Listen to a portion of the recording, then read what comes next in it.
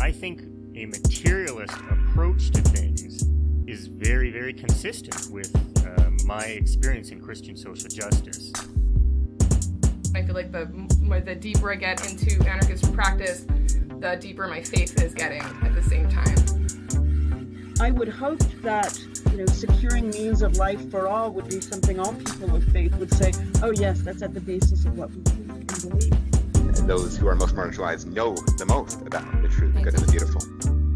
To me, it's less that I think building class solidarity is a bad thing, as much as it seems like if you don't attend to things like anti-Black racism, that's always going to get in the way of building class solidarity, actually. And when you go back, you find that a lot of revolutionary grassroots participatory movements, the precursors to what you could call the barrio assemblies and these grassroots neighborhood organizations, a lot of these were sponsored by the church.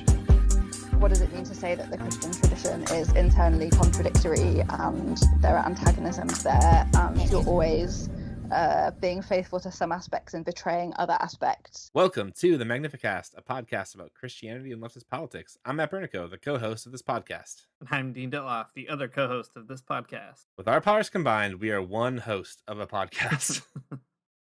All right, you don't need us to tell you that Black Lives Matter is one of the most important social movements happening in recent memory. And you also probably don't need us to tell you that a lot of Christians are having a really weird time trying to figure it out. You don't need us to tell you those things, but we're going to tell you them anyways. Catholics are having an especially weird time with it, as a number of bishops have totally failed to engage the movement with any kind of solidarity or intelligence. I'm not Catholic. I don't have any, I don't have to pull any punches here. Bishop Strickland in Texas, for example, recently tweeted this endorsement of a bizarre rant from a far-right Catholic priest who singled out Archbishop Wilton Gregory, who is the first African-American bishop of Washington, D.C., and he denounced Black Lives Matter as a bunch of spooky Marxists out there. This kind of thing is, for sure weird, but it's not an isolated example, which is what is particularly troubling about it. But it is a pretty frustrating one.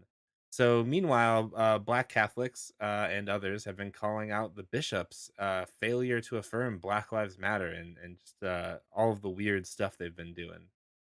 Yeah, there is a lot going on here, as they say, and in light of all of that, this week on the show, we're joined by Olga Segura, who you can find on Twitter as @OlgaMSegura, Segura, to help us figure out what is all going on here. Olga, if you don't know who she is a Catholic journalist who's done some really amazing reporting on Black Lives Matter and the Catholic Church for many years now, so she knows what she's talking about. She's a veteran of the beat.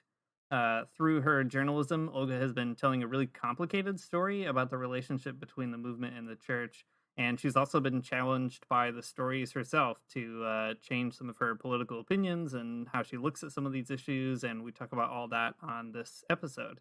Also, on Twitter, Olga suggested that you should take a shot every time she says capitalism or Dolan. And let me tell you, you better keep that dark water handy. All right, let's go to Olga.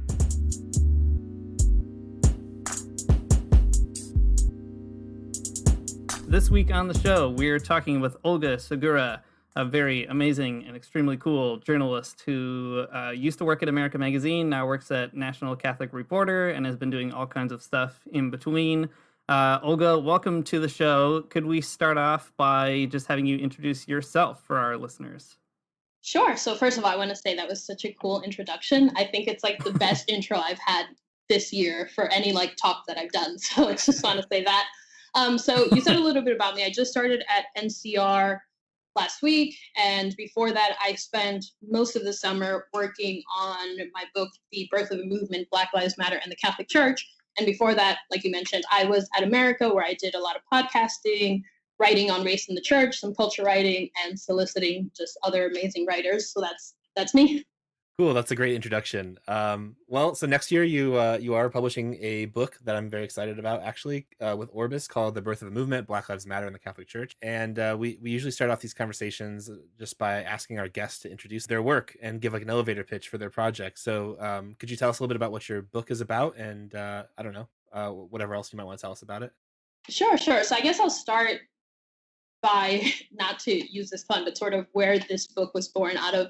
As I mentioned earlier, I had been reporting on the Black Lives Matter movement while at America since 2014, and then in 2018 for the 5-year anniversary of the movement, which was born in 2012, I wanted, or 5 or 6 years after the anniversary, I always get the dates confused at this point, but I wanted to do an anniversary piece where I talked to all of the founders, or at least one of them. So I managed to get an interview with Alicia Garza, and that was supposed to kind of be the base of that article. But then it became something much bigger because I started talking to Black Catholic activists who had been involved in the movement. I talked to Black Catholics who were not themselves organizers, but who had very strong opinions about the movement. So I wrote this article that was published last year, essentially calling out the church and asking leaders especially to engage with this movement and to take it seriously, right? Because I really believe that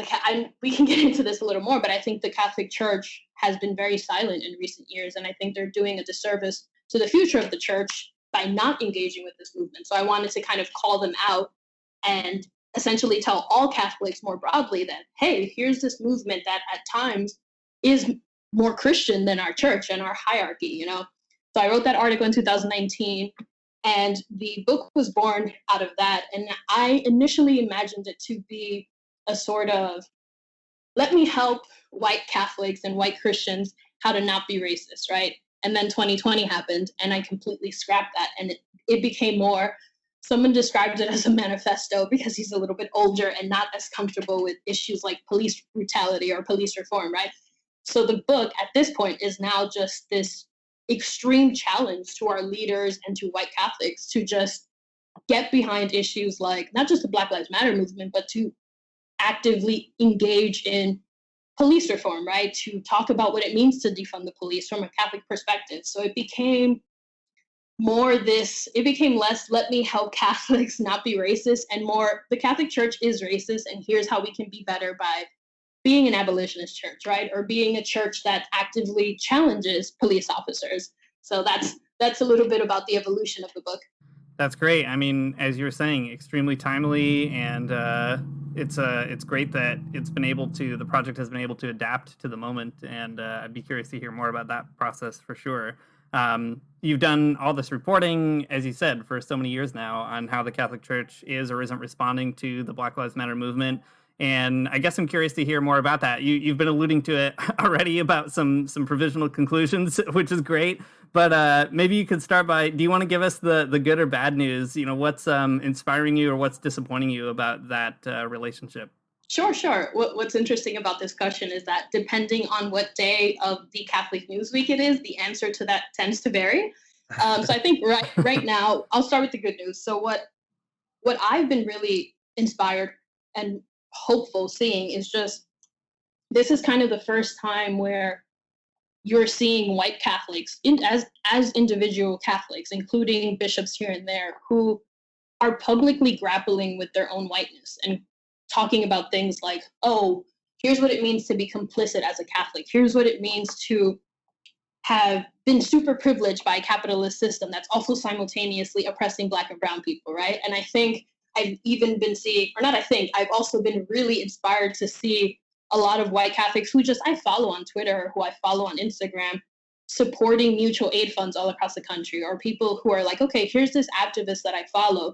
She just got arrested at this protest. Let me just donate to her Venmo. And I think just seeing a lot more Christians being able to engage with their own complicity and not waiting for the leadership to act and just saying like, look, Black Lives Matter is important and here's what I'm going to do.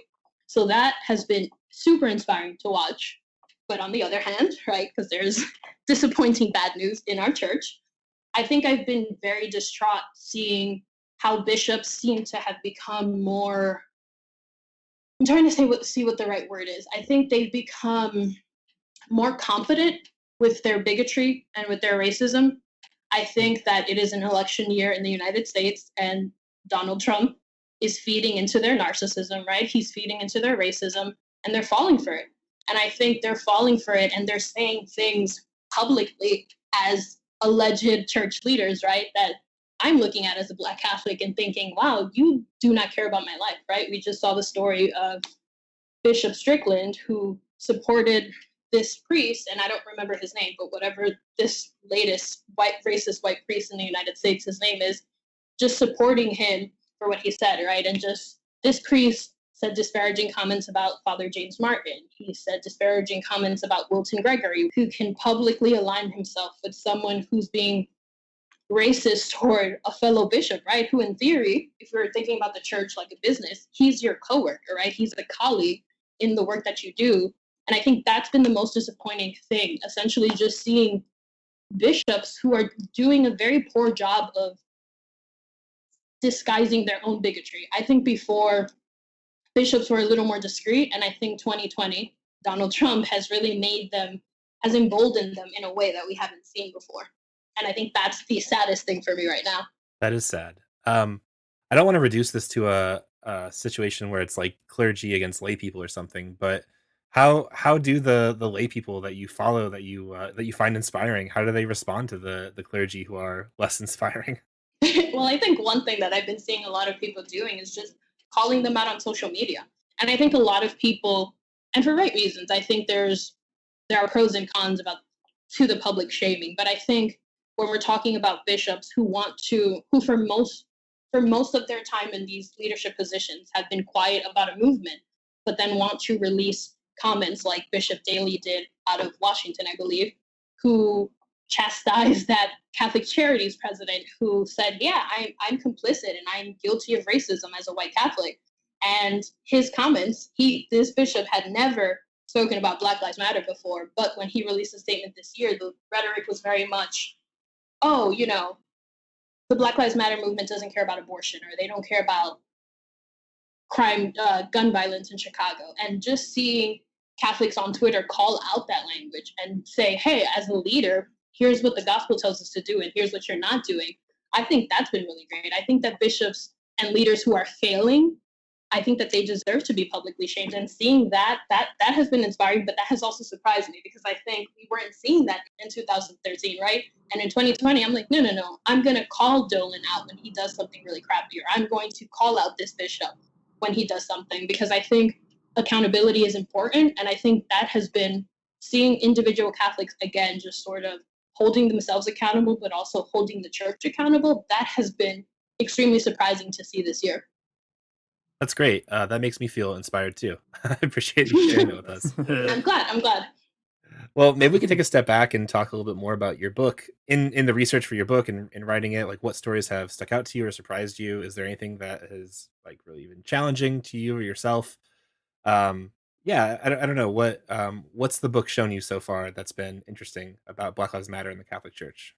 I think what's been most interesting, because I think I started the book process earlier this year, pre-pandemic, and I had the understanding that I had about the church's role in racial justice and the mission and goals of the Black Lives Matter movement.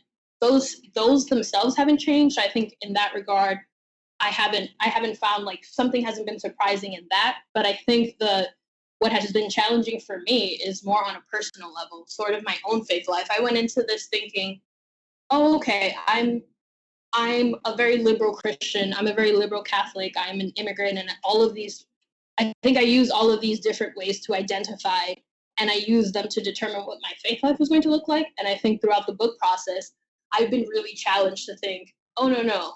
Christianity means you have to actually challenge systems of oppression. And here's what this looks like, right? Here's what this looks like on a day-to-day. Here's what it looks like to actually care that Black Lives Matter, that Black lives are worthy on a day-to-day basis, right? And this could be as simple as having a conversation about anti-Blackness with my own Dominican family, or something more on a larger scale, calling out bishops. Again, I know I keep returning to bishops, but I think the book emboldened me in a way that I wasn't expecting. I think before I would even something as even like politics, or even something like capitalism, I've mentioned a few times, like I was not comfortable with that language before the book. And I think especially sitting months, weeks at a time with the movement's mission statement and how they call organizers around the world to actively and consistently challenge systems of oppression, I think it helped me to internalize that myself. And I'm much more comfortable than I was a year ago. I think before I was one of those people who was like, capitalism is really, really bad, but nothing else is successful. So we should just stick with this. To now I'm like, oh, no. Capitalism is a legitimate evil. And I hate that we don't have something better, right? So I think I think that is the biggest challenge that has happened to me on a very personal level. Yeah, that's amazing. I mean, certainly you're speaking our language at this podcast, no doubt about that. But beyond that, I mean, I'm always really curious about how those kinds of connections get made, and especially in people's lives as they engage social movements and that kind of thing. What for you has that been like, I guess, to make that sort of transition, to sort of think through the interconnections between capitalist economics and racism, and also, being a Catholic? How did those kinds of things come together or not for you in the last year or so? Right. So I think it's come together, just to say this in the simplest way, I think it's come together in the sense that I now see that Catholicism cannot be separated from anti-capitalist work. And I have internalized that, and I feel really comfortable with that because, again, when you sit with things like the history of why police departments were made in this country, or how white doctors operated pre-medical drugs, to numb the pain, when white doctors operated on Black women without their consent. When you sit with that kind of history, I think you have no choice but to be like, okay, capitalism has always existed in the United States, right? It's a racial, capitalism was born out of the marginalization and exploitation of Black and Indigenous bodies in this country. And I think sitting with that for weeks at a time was, on the one hand, comforting because I realized, oh, okay, there's more work to be done. But on the other hand, it was extremely devastating. And I don't know if this is just what happens to all. I keep calling myself like a baby communist or socialist because I'm so new to this. So I don't know if this is what everyone experienced, but I had a moment of complete just anxiety, devastation, where I was like, oh my God, the world is such an awful place and we will never be able to overcome the evils of capitalism, right? So I think after I wrote the book and after I internalized that, then I had to sit with that fact and I was like, wait a minute. So is my faith life not as strong as I thought if I'm understanding that anti-capitalism work has to be a part of my Christianity, but it's also making me feel so devastated? So I think it's hard to kind of make those connections. I think it's hard, especially as a Black Catholic immigrant whose family, I grew up in a lower income neighborhood in the Bronx, and I'm quote unquote what a lot of people like to call ghetto and from the hood, right? And I think seeing firsthand those communities in the middle of a pandemic be so devastated and ignored, but it's also like once you kind of lift this veil, you can't stop seeing it, right? So I feel like I went to the point where I was like, man, I connected all these dots, and now I can't even socialize with other people around me because everything, I'm like, why are we doing this? We're making this person money, or we're making this person famous. Meanwhile, we're also dying in the streets and being shot, So it was hard. I think it's not easy to connect those dots. I think it's important work, but I think it's also extremely exhausting. And I'm still in that exhaustion period, and I'm just like, oh my God. On the one hand, I'm so grateful that I've been sort of enlightened, but I'm also like, oh my God, the world is even more bleaker than I realized it really was. I don't know if I answered your question or if I just rambled on, but I hope there's some kind of answer there. Yeah, I think so. I mean, just naming those kinds of affects, I think, is very important. Those kind of feelings that emerge out of that stuff is huge. And it's, rooting it in your own experience and what you're observing is probably the biggest, I think the most compelling, at least, way to understand why these things are important. I'm curious to hear a little bit more about your work doing the task of actually figuring this stuff out and parsing it out as a journalist. So, you spent this time in America and now you're at NCR. What have you noticed about how Catholic media is responding to the current moment and making these connections or not? How are we telling this story as it happens? That's a really, really good question, because that's something that I've been thinking a lot about this year as well. I think first, we can't ignore the fact that most Christian publications, most Catholic publications are predominantly white. And I think that's become especially clear or especially jarring in 2020 at a time when Black and brown people seem to be having a very specific political conversation I'm going to say Black and brown Catholics seem to be having a very specific political conversation that white Catholics are ignoring.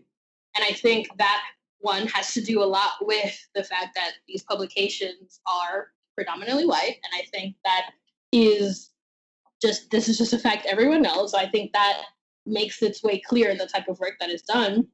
But two, I also think, like I mentioned earlier, a lot of individuals, and this means editors, this means writers, this means everyone who works at a Catholic publication as an institution, I think people are also figuring out how to talk about their own complicity and their own privilege when they have ignored it for so long. I think the thing for me that's been particularly shocking to see is individuals who have never cared about this movement before forming such specific opinions about the movement. And I think I'm grateful for this because I that's why I've been doing this work for so many years. I want people to engage with this movement. But I think there is still a nuance that is never going to be addressed because these institutions are predominantly white, right? So an example of this is it's an election year here in the United States, and everyone is either saying, as a Catholic, you have to vote for Trump, or as a Catholic, you have to vote for Biden, right? Whereas people in my community are saying, well, I still remember when Biden did this really crappy thing that devastated my community, or I still remember when we were talking about Biden sexually assaulting someone allegedly earlier this summer, right? And I think that those are real criticisms that my communities have, but because we are not the majority at many of these publications, that is a perspective that continues to be ignored. I'm seeing a lot of, quote unquote, progressive white Christians who get on social media and shame other people who don't want to vote for Biden. And I'm like, hey, this is a very real concern that Black and brown people have. And I'm not trying to sway anyone. I'm not trying to say vote or don't vote, but I'm saying, hey, if you want to be a Christian publication that is writing about Black Lives Matter, that wants to align itself with this movement, then it means listening to these voices that go against whatever it is, whatever the mainstream progressive Catholic opinion is, and I think that is especially telling. And I think that I'm interested in seeing what, even beyond the election, I'm interested in seeing what 2021, how Christian publications, how in particular, are going to take the challenges of 2020 and change in the future. So I'm interested in seeing how people have internalized the work of this year and what they're going to do coming forward in the next year or two. That will be certainly interesting to see. I hope it goes well. Okay, maybe I'm not super hopeful about some of these other Christian journalists out there, but your work has done some really cool stuff that I think we can celebrate and be excited about. Something that you mentioned earlier that really rings true to me is just the way that you lift up the voices of Black Catholics who are, like you said, maybe they're not organizers in Black Lives Matter, but they're still people who have an invested sort of, they're invested in the movement. They're compelled to go to the streets and join in some capacity. I don't know. How are Black Catholics responding to both Black Lives Matter movement and response of their church? Like, what's going on there? I think the best answer to this question is something that historian Shannon D. Williams says often. The Black Lives Matter movement, the message at the center of this movement has been something that Black Catholics and Black people more broadly have always internalized, right? We've always been a community in the United States in particular. We have always been a community that has been seen as less than since this country was born up to the present day, right? So for us, we've always had to internalize and fight for our existence and our lives and our human dignity and our own lives, right? So we've always known that caring for Black lives is exactly what it means to be pro-life, right? Because my father is Black, right? I'm Black. People in my family are Black. So for me to care about life, it means caring about the Black lives that made me, the Black lives that gave me the space to be the person that I am. So I think Black Catholics have always internalized this movement and grappled with it in a way that has been, let me walk this back a bit, because I want to make a distinction. I think Black Catholics have always internalized the movement, and I think that has never, both privately and publicly, but I do think, like we are seeing other individuals, I think a lot more people are being public about that relationship to the Black Lives Matter movement as Black Catholics in 2020. I think even from bishops who have written individual statements, the USCCB, the USCCB has yet to release a collective statement on the movement, but Black bishops have individually, not all of them obviously, but a handful of them have released statements on the movement since 2013, right? So I think this has always been something that the Black Lives Matter movement has always been something that whether you agree with it or not, Black Catholics and Black people have always been talking about it, have always been grappling with that. The only thing that is different in 2020 is that white people are paying attention, right? White people are finally paying attention. So I think to a lot of them, it seems as if Black Catholics are engaging with it for the first time, but it's always something that has been inextricable from our faith lives. That makes a lot of sense. And I mean, your reporting bears that out, no doubt about that. And I mean, it is compelling that the USCCB doesn't feel compelled to release a statement on this movement, even amidst the many other things they do feel compelled to speak out about. That's an important thing to take note of.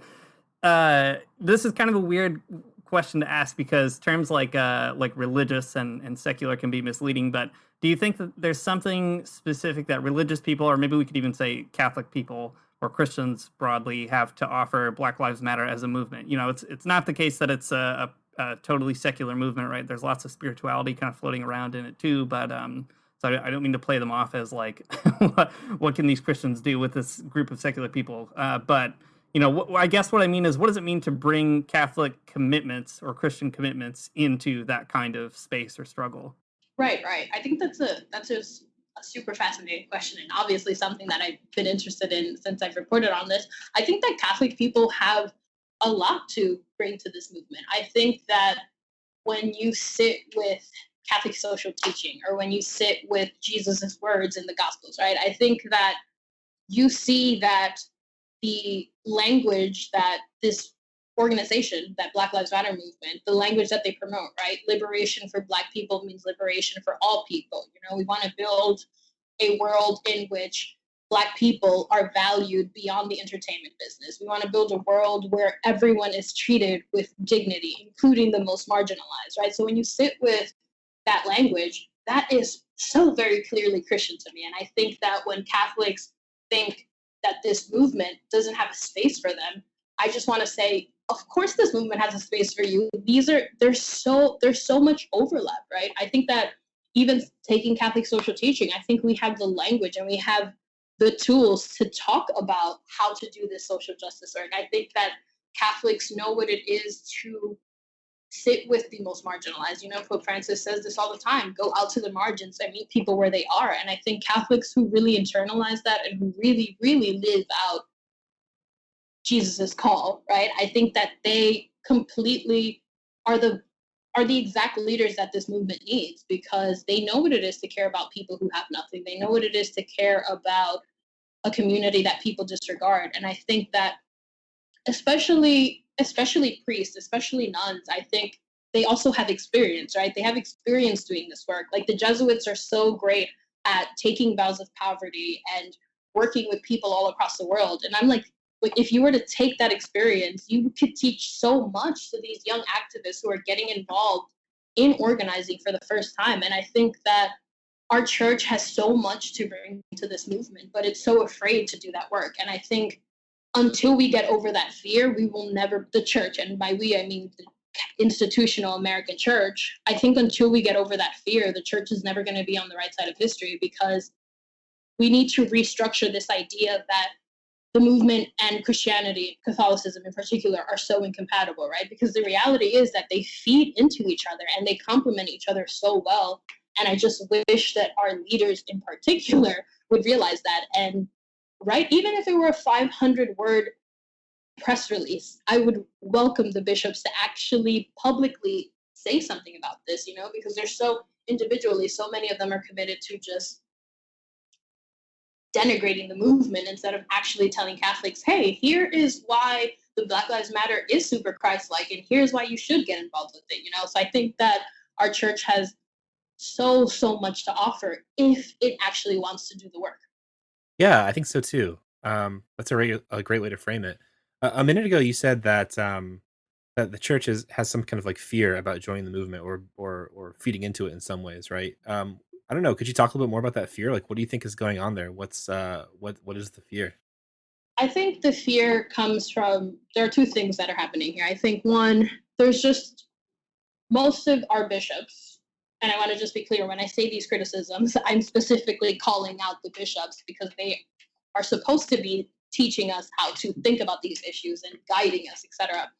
I think that the bishops, the body of bishops in the United States, which are made of predominantly white men who are over, I want to say 50, 55, I don't know the exact details, but I know that they are older white men.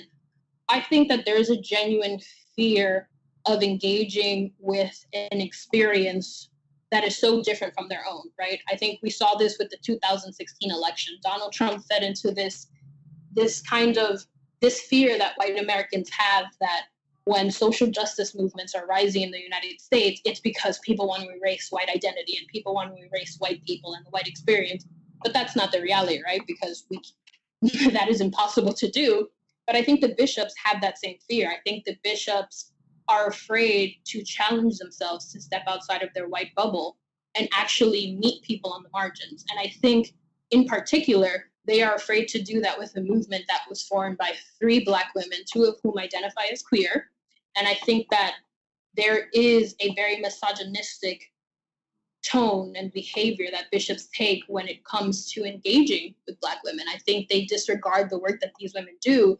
And I think whenever they see, oh, Alicia Garza, Opal Tometi, Patrisse Cullors, right? The minute they see those names, they just jump to, oh, they're Marxist, right? Or they're these women who support violence against police officers and don't actually do the work of engaging with the movement. So I think one, it's this fear of losing their privilege. Honestly, it's a fear of losing the power that they have in the United States. And 2, it's just they disregard anything that is led by Black women.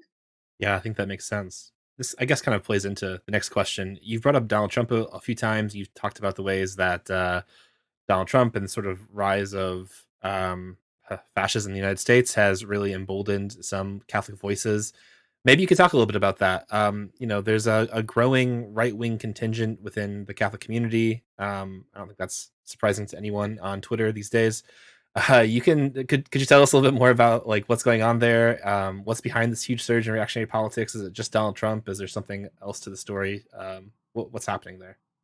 I think a lot of it obviously is Donald Trump. Donald Trump knows he's very good at feeding into these illogical fears that white men and women in the United States have. And not just, he feeds into both the logical and the very rational fears that a lot of people, in particular working class white people, had in the middle of the pandemic. I think he sees those fears and he feeds into it, but he also fears into the idea that white people have, again, as I mentioned earlier, that, racial justice or racial equity means abolishing any kind of white culture or white identity. That is not the case. But again, I think on the one hand, Donald Trump, he's obviously, I think, behind every awful thing that happens in the United States.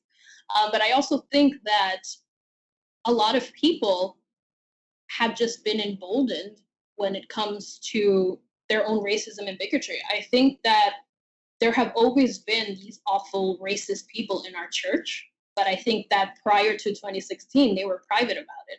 And I think, again, when you see a president who's saying such racist, xenophobic things publicly every day or on Twitter, I think that it makes a lot of people feel like, oh, okay, well, if my president can say this, then I can say it too.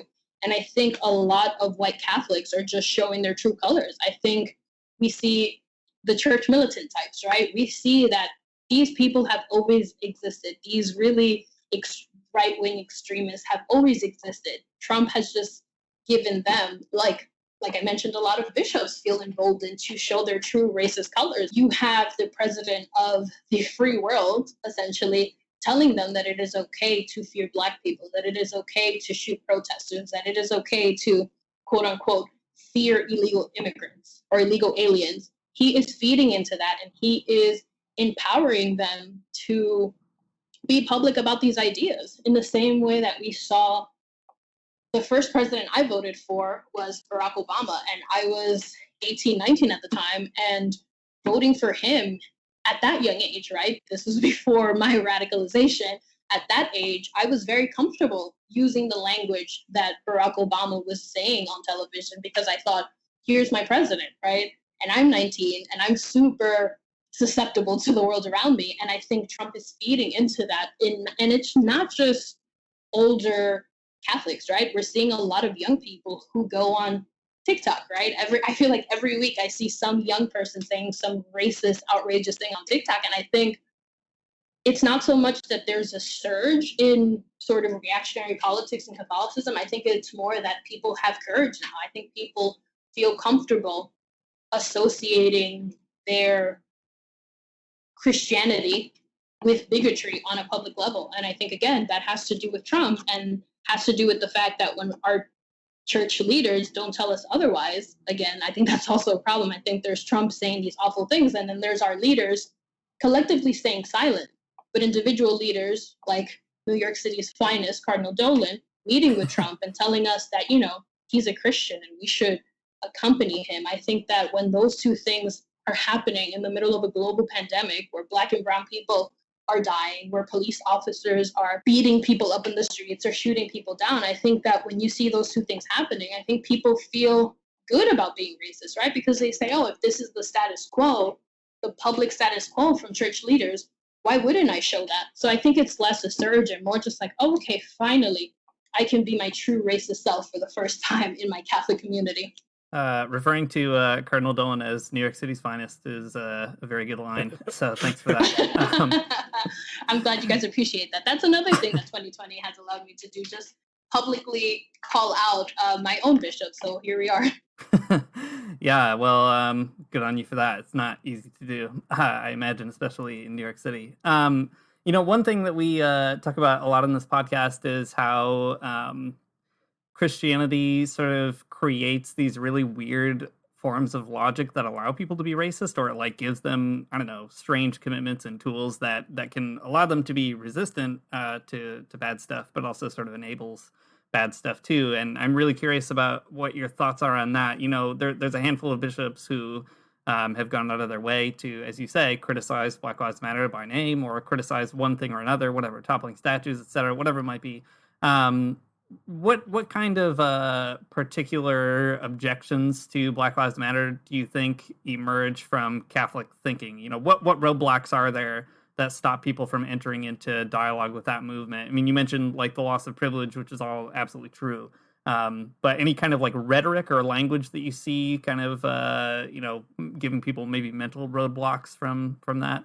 Oh, absolutely. I think the fact that, again, 3 Black women at the center of this movement, I think the fact that they so openly are critical of capitalism and that they so openly call on organizers to sit with that kind of rhetoric, right? Because to sit with what it means to be critical of systems of oppression and what it means to not just care about money, but to care about the marginalized and care about allocating resources more equitably.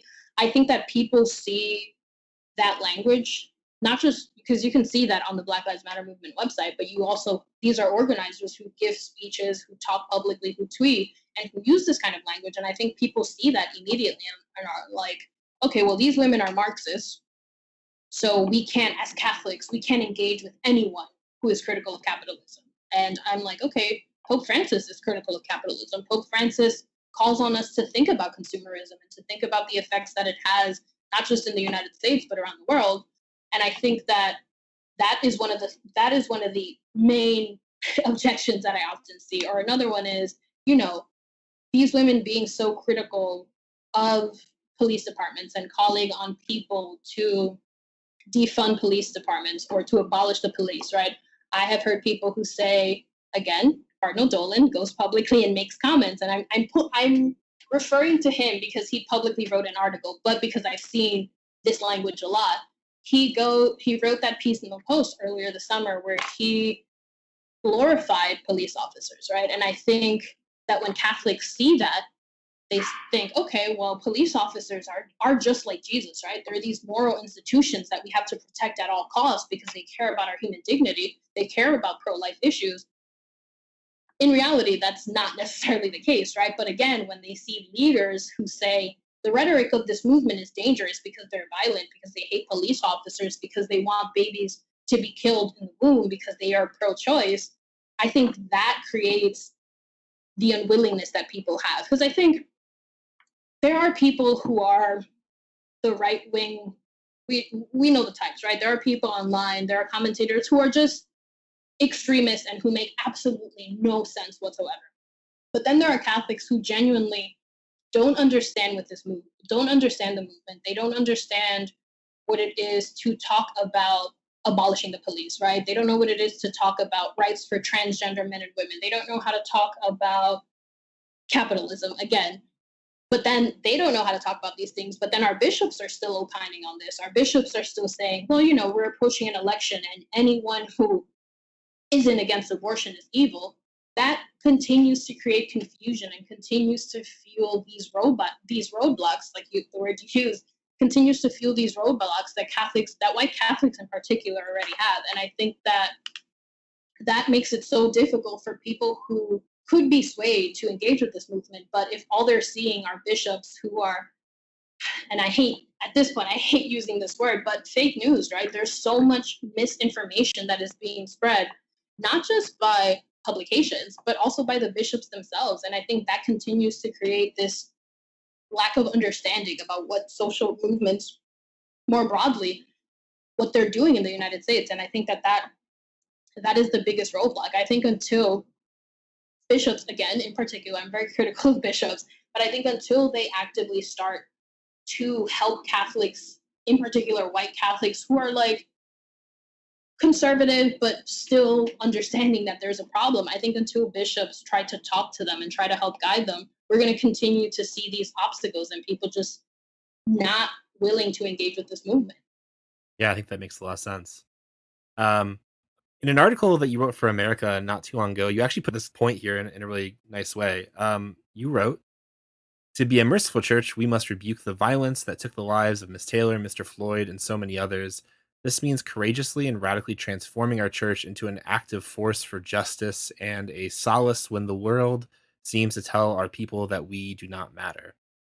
I think that's exactly what you're talking about, though, right? That there, on the one hand, there's the church as it is with these sort of right wing elements that are not willing to listen, not willing to engage. But there's a church that could be in the church that has existed in some cases too. So yeah, I don't know. Like, what's the way forward? Do you think for the Catholic lay people who are interested in Black Lives Matter and the clergy who advocate for racial justice and those who that don't? You know, what's the way forward for the church in this moment? Yeah, so I think I'll answer this a variety of ways, if that's okay. I think for lay people, they need to keep doing the work that they've been doing in 2020. I think I mentioned earlier, we've seen people who are donating to mutual aid funds, who are donating to individual organizers, who are publicly shaming bishops online. I think that all of that is important, and I think they have to continue doing that. And I think that the bishops as a whole also have to just actually release a statement on this movement. I think the longer they wait to do so, the more tone deaf they come off. So I think lay people can continue to do the work. Bishops, at the bare minimum, need to actually guide people on how to think about this movement, how to get involved, and how to actually accompany an organization that doesn't necessarily align 100% with Catholicism, right? But more broadly, I think that beyond this, we need to, the church, and I'm including the hierarchy, including bishops, priests, and lay white Catholics, I think people need to really challenge themselves to think about what it means to be in solidarity with marginalized communities. I think there's a lot of performative allyship that's really great, and I think it's a wonderful first step, but true solidarity also means relinquishing your power.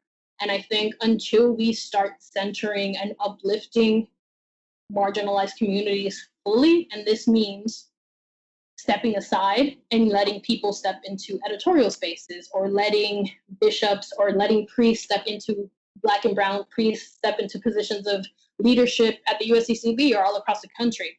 It means actual white sacrifice, right? It's not just, oh, I'm going to donate and write about this movement. It also means asking yourself whether you are an institution, whether you are an individual. It means asking yourself, how can I step aside and let someone else be uplifted? How can I step aside and let someone who isn't white be centered? And I think that that is a conversation that many people are not ready to have. And I think that in order for us to be, for the church, for the Catholic Church to be seen as an actual ally in the struggle for racial justice, I think it requires people just stepping aside and letting other people lead. And I think that begins, people have to start having those conversations, whether you are a predominantly white Christian publication or whether you are at the USCCB, right? It means asking yourself, how can I step aside and uplift a marginalized community? How can I step aside and let other people's voices be truly centered? So that's what I got. Thanks, that's great. And I mean, important for us as two white hosts of this podcast, no doubt, to be reflecting on ourselves. So it's good to have that reminder and challenge. In light of that, maybe one question to ask as we come to the end here is, who are some of the voices in Black Catholic communities who you find are really saying an important word in this moment or doing important work? You mentioned Shanine D. Williams earlier, a really great historian. You wrote this fantastic profile of Father Massengale recently. Do you want to say anything about them or other people that you've just found really, helpful or useful in that and kind of centering different sorts of voices in these conversations? Oh, for sure. So along with Shannon and Brian, I think Dwayne David Paul, I think you guys are probably familiar with him as other radical, brilliant thinkers on social media. Dwayne David Paul is a Black Catholic and he's brilliant. He's one of the people who has really helped me to challenge myself and to actually sit with what it means to say, okay, I'm an anti-capitalist. What does socialism actually mean, right? What does this mean for Christianity? And I think he's someone who is doing really great work at the Collaborative Center for Justice, but he's also a really important thinker and a really, really bright writer who really, really can challenge Catholics to step outside of themselves. And there's also Tia Noel Pratt, who's a sociologist and just also another amazing thinker, another amazing Black Catholic. She, earlier this summer, created the Black Catholic Syllabus, which is a really, really great resource if you guys haven't checked it out or if your listeners want to check it out. So I think those are just off the top of my mind, two really great people to follow who are doing the work and showing Catholics what it means to think about the struggle for liberation. That's great. I do want to pose one more final question. This is sort of off book because we haven't written this down. But one thing that I think keeps coming to mind as I've been listening to you talk is thinking through strategies for, like, I don't know what the right word is. I don't want to say agitating in the church, but that is what I mean. Like, you've mentioned like calling out bishops and that sort of thing.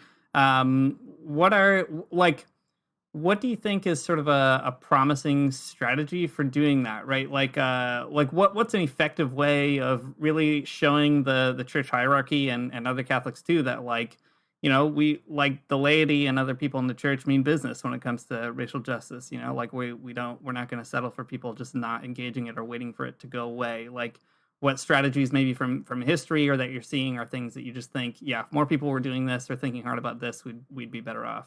Yeah, I think that's a really great question. I think one of the strategies, I think I mentioned earlier in our conversation, I think that I'm a huge fan of social media. Let me rephrase that. I'm a huge fan of Twitter. And I know that there are pros and cons to it, but I think Twitter is a wonderful strategy for people, not just for the public shaming, but just it's a wonderful resource to help people learn about the church in a really real day-to-day way. And I think that there are so many theologians, there are so many organizers and just poets and writers who I've been following for years who help me to think about what it means to challenge the church and what it means to challenge myself. So I think that if people who have the privilege and who have the resources to be able to be online, I think it's a wonderful strategy, not just because you can challenge other people, especially white people, but I think also it's a wonderful way to learn, right? I think you can learn from people who have been doing this work, and you can also encounter other strategies. Like, I love when people write letters. I love when people write statements. I know not everyone is a fan, but I think one thing that we've been seeing this summer is white Catholics, and this means professors, theologians,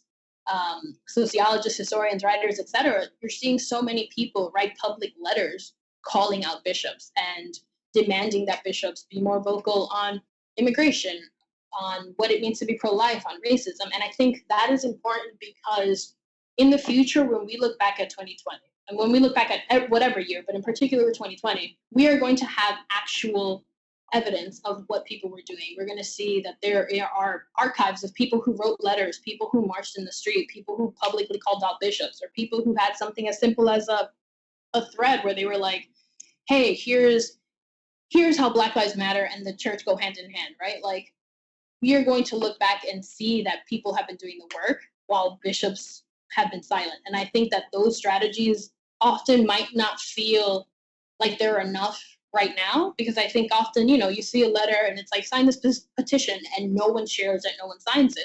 But I think for historical purposes, especially in the future, we're going to have so much evidence of the work that people did. That's why I'm always in favor of people using platforms like Twitter and people using even their own blog sites. I just love the power of social media to challenge and to get information out there, because it provides a historical timeline for us to look back on.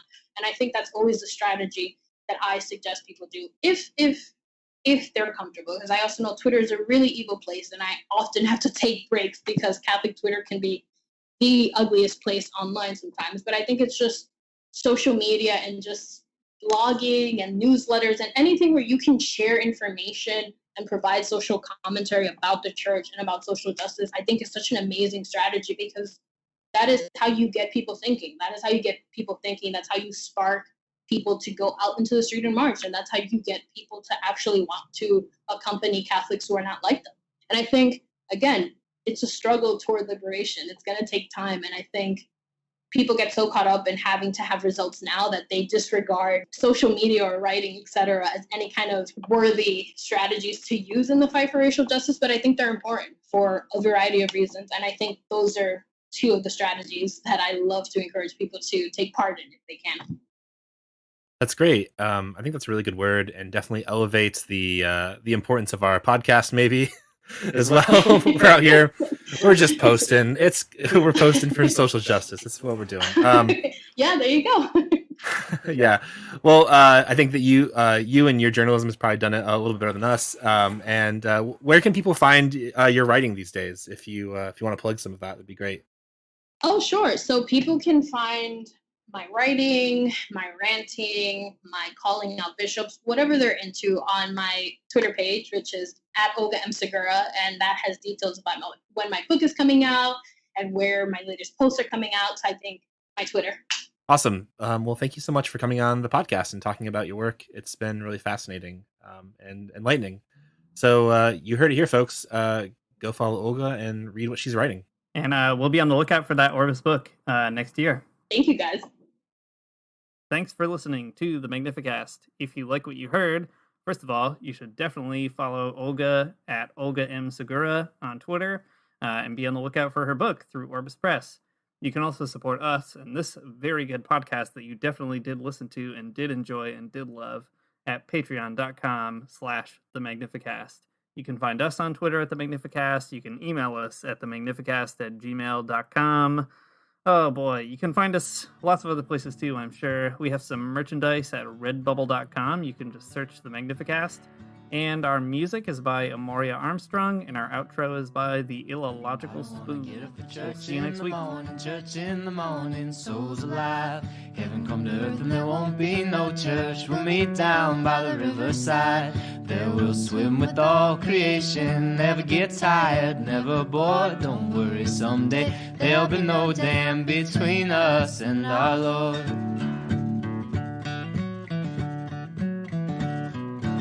Jackson, keep your hoods up. Well, you keep your hoods up and you stay up late. In Jackson, you keep your hoods up. Well, you keep your hoods up.